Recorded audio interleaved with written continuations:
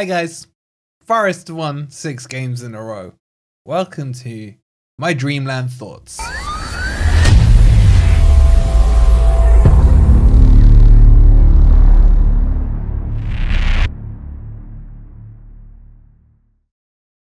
Good morning, good evening, or good night. Hope you guys are doing well, and I'm sure you're all still smiling. If you are, let me know by hitting that like button. Subscribe to Forest Fan TV if you are new.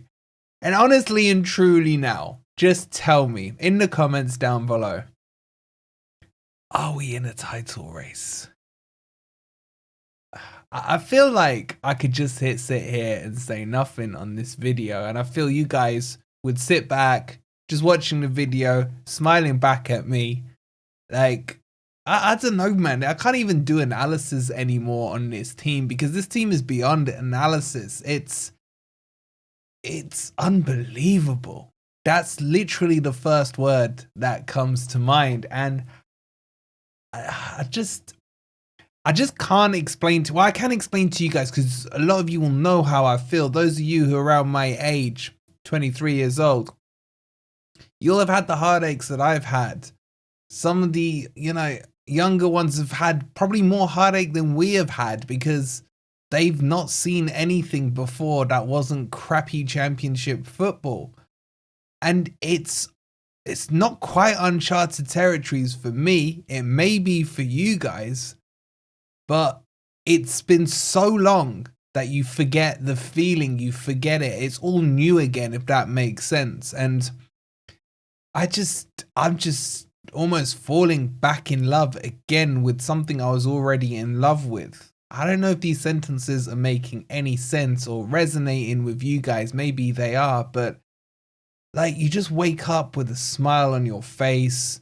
You work with a smile on your face. I'm so much nicer to my kids and my wife when Forest have won as well. And that's not a nice thing to say, but it is something that has happened. Like, when you look at the first season we came up, or the second season when we'd won 1 in 13 or whatever, it plays on your mood. And not just on your mood, on your health. I ended up in hospital last year because of Forest and the stress they were causing me, man. And now, like, my heart is singing like a hummingbird.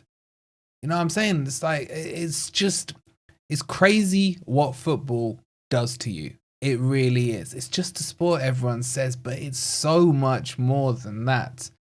Anyway, let's get into this because there's a lot to talk about. And if you do want to grab me a coffee, thank you so much to everyone who has. You can scan this QR code or click on the link that's pinned in the comments. And again, I just want to praise Nuno.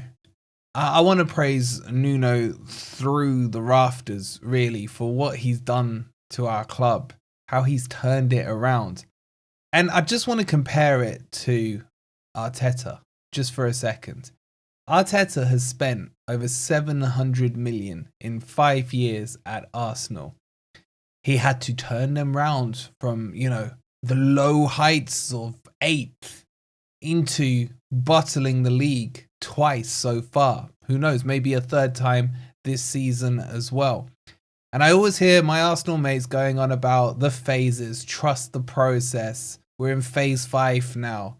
Trust the process, we're getting there. We're on a title run and what have you. You then look at Chelsea, who have spent £1 billion on players to bring themselves from, where did they finish last season, 7th or 8th? To be in 4 or 5 points now below Forest. £1 billion spent. And then you look at, the rest of them, Man City, with arguably one of the greatest managers in the world of all time behind us. You look at Manchester United, spending themselves about 700-800 million. 10 years they've been going through this process. And then Nuno comes. He buys a back four that's worth about, 25 mil in total. He turns Chris Wood from an absolute deadbeat, and I mean that with all due respect, to someone who you just expect to now score. And he just gets the best out of the rest of the players. He really does. Look what he's done with Nico Williams. And they are now starting to give Nuno credit. And I have heard the conversations in the Spurs fan base saying, should we have stuck with Nuno a little longer? And a lot of them are saying no. There's this entitlement through no sense of achievement from Spurs fans that think they deserve better, a better manager. You know, I've heard some of them saying Nuno's a mid-table manager. He didn't suit Spurs. Well, last time I checked the table, Spurs were the mid-table team and Forest were at the top end of it. There's not enough praise I can give Nuno. The way he's won the fan base over, he had to after the person he took over from when he beat Liverpool. The way he's won 6 in a row. The great man. The greatest manager of all time, Clough, didn't do that. And Nuno's done it in a league where money talks, where there's bias towards 6 particular teams in it. It's unbelievable and it can't be forgotten. But as I'm sure he would say, the job is not done. The job is half done. You know, all this happiness, all this everything now has to materialize into some form of European football. And the question is, what will it be? There's only one team who is on 40 points halfway through after 20 games that didn't finish in the Champions League. I don't actually know who it is. My guess would be Spurs. But I don't know, maybe you guys know. If you do, let me know in the comments. So the signs are good for Forest for Champions League football. But I'm not sitting here demanding Champions League football, nor am I demanding a title race. I do want European football. I think it moves the club forward so quickly.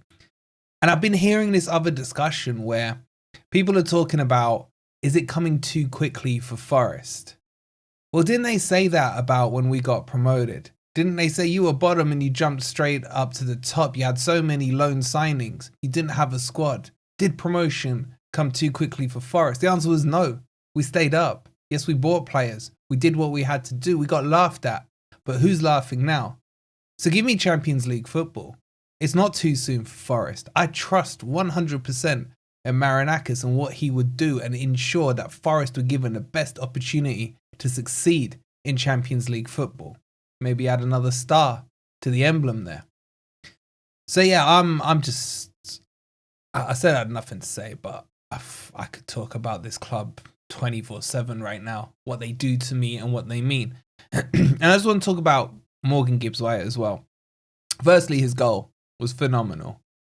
The speed of that counter-attack, shout out to Dominguez who won it back, Elliot Anderson playing the ball. You could see the fear in the Wolves defenders when Morgan was driving through the middle. Lays it out to Elanga, back into him, bang, in she goes. And, you know, I like Wolves. As a club, I like their fan base as well. But what they were saying about his misses and everything like that, minutes before, I don't think is appropriate. You know, I'm sure Morgan wouldn't mind them ribbing him, bantering with him. But when it starts to bring in your misses, your kids and all this stuff, I think it crosses a line.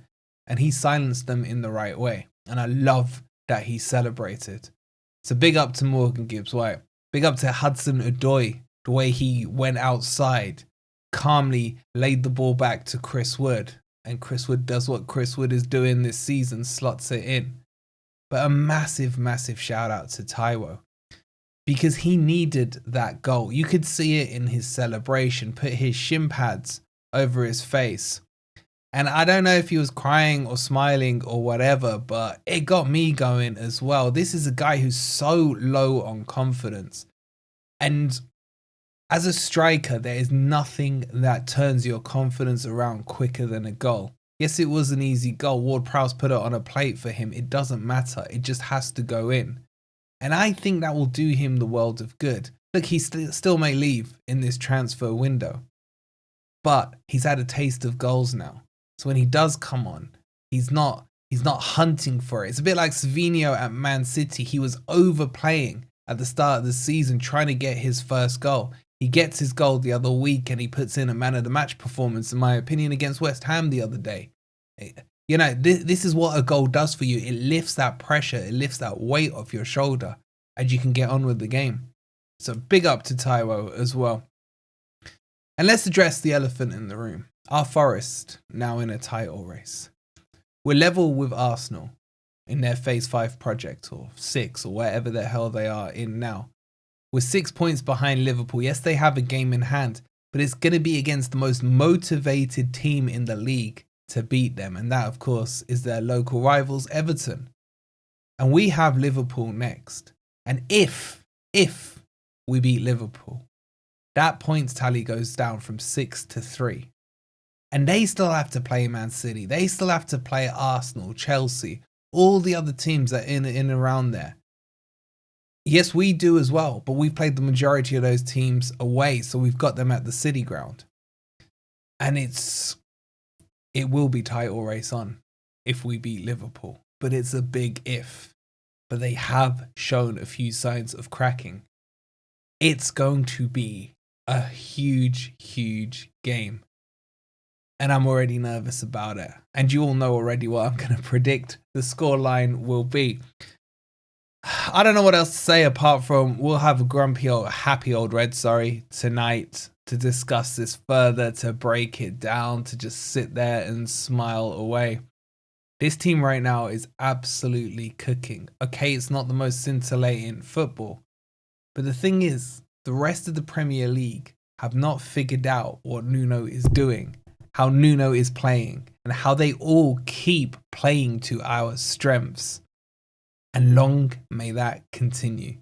We'll see you tonight on Grumpy Old Reds. Keep smiling all day, guys. Enjoy your day. Enjoy the moment. We'll catch you then. I'm also going to be over on Sava's channel at 6:30 tonight for a new show there. I'll leave the link in the community tab as well. Oh, it's going to be a good week. Please don't forget to hit the like button if you haven't already. Subscribe to Forest Fan TV if you are new. See you on Happy Old Reds tonight. Come on, you Reds.